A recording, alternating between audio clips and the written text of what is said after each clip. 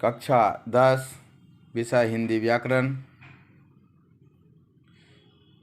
Revision अर्थात पुनरावृत्ति के क्रम में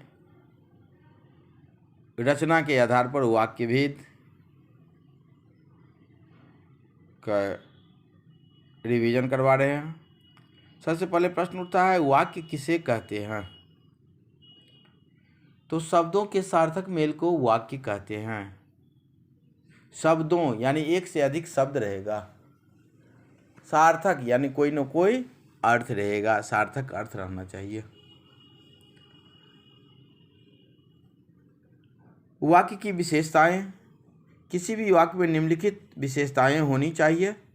पहला, वाक्य में प्रयुक्त हर शब्द का कुछ न कुछ अर्थ होनी चाहिए। वाक्य में प्रयुक्त हर शब्द की आपस में संगति होनी चाहिए। तीसरा, वाक्य में पूर्ण अर्थ अभिव्यक्त करने की क्षमता होनी चाहिए। और चौथा, वाक्य में शब्दों का एक निश्चित क्रम होना चाहिए। सामान्यतः हिंदी में पदक्रम इस प्रकार से रखा जाता है, कर्ता प्लस कर्ता जोड़ कर्म जोड़ पूरक जोड़ क्रिया। वाक्य के दो अंग होते हैं, उद्देश्य और विधेय। वाक्य में जिसके बारे में कुछ कहा जाता है उसे हम उद्देश्य कहते हैं।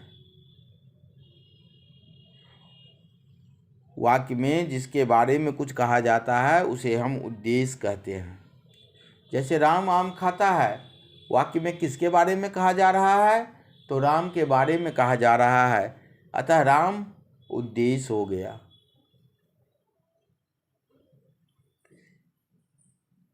प्राची विद्यालय जाती है, वाक्य में किसके बारे में कहा जा रहा है?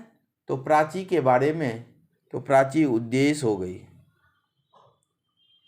दूसरा है वाक्य अंग विधेय। उद्देश्य के बारे में, वाक्य में उद्देश्य के बारे में जो कुछ कहा जाता है उसे हम विधेय कहते हैं।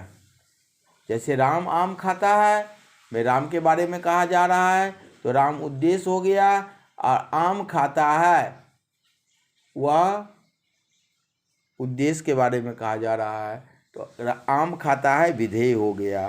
प्राची विद्यालय जाती है में प्राची उद्देश्य और विद्यालय जाती है विधेय हो गया।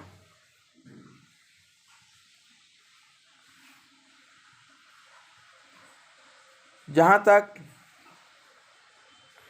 रचना के आधार पर वाक्य के प्रयोग भेद का वर्णन करना है, तो रचना के आधार पर वाक्य भेद, रचना के आधार पर 3 प्रकार के वाक्य होते हैं।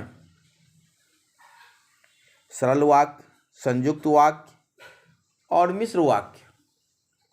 सरल वाक्य, संयुक्त वाक्य और मिश्र वाक्य, यही 3 वाक्य रचना के आधार पर वाक्य कक्षा 10 के पाठ्यक्रम में है। इसका लक्षण और उदाहरण अगली क्लास में जब पढ़ाने आएंगे तब समझाएंगे।